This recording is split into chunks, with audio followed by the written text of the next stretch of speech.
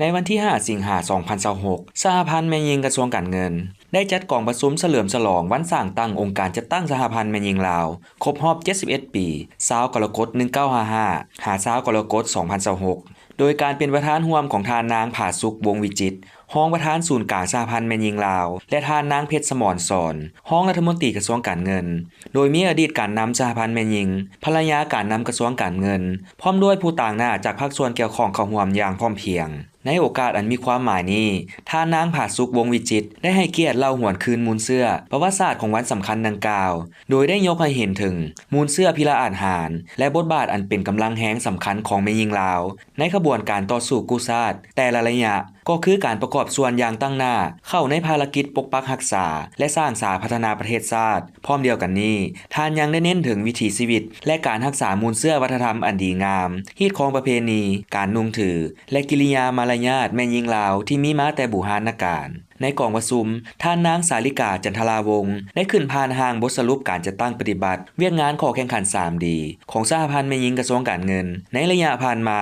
พร้อมทั้งผ่านแผนข้อตกลง 3D ในขั้นต่อไปโอกาสดังกล่าวท่านางเพชรสมรสอนได้ชมเชยผลงานของแม่หญิงกระทรวงการเงินที่มีความพยายามบุกหน้าบืนตัวปกป้องและซุกยู่ส่งเสริมบทบาทแม่หญิงให้มีความสำคัญในของเขตงานประจำชาติปัจจุบันสหพันธ์แม่หญิงกระทรวงการเงินได้ปรับปรุงกลไกกงจักรการจัดตั้งและมีส่วนร่วมสำคัญในผลสำเร็จคุ้มครองงบประมาณการปรับปรุงกฎหมายว่าด้วยงบประมาณและคลังเงินตลอดฮอดการรักษาเสถียรภาพทางด้านเศรษฐกิจการเงินของประเทศพร้อมนี้ท่านรองรัฐมนตรียังได้เน้นทิศทางแผนการในต่อหน้าโดยให้เอาใจใส่บางด้านดังนี้ 1. เพิ่มพูนศึกษาอบรมเวียกงานการเมืองแนวคิดให้พนักงานแม่หญิงอย่างเป็นรูปธรรม 2. บุกหน้าบืนตัวเฮียนฮู้อย่างบ่หยุดยั้งและนำใช้เทคโนโลยีที่ทันสมัยเพื่อรับมือความท้าทายทางด้านเศรษฐกิจ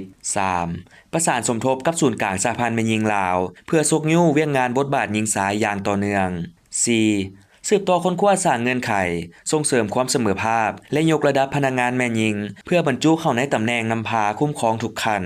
ในตอนท้ายของพิธีได้มีพิธีมอบใบย่องยอให้แก้ผลงานการจัดตั้งปฏิบัติเวียกงาน 3D พร้อมทั้งต่างหน้าจากหน่วยฮักฐานสหพันธ์แม่หญิงได้ขึ้นจับมือเซ็นสัญญาแข่งขันเพื่อปฏิบัติข้อแข่งขัน 3D ให้ประสบผลสำเร็จเป็นรูปธรรมในระยะต่อไป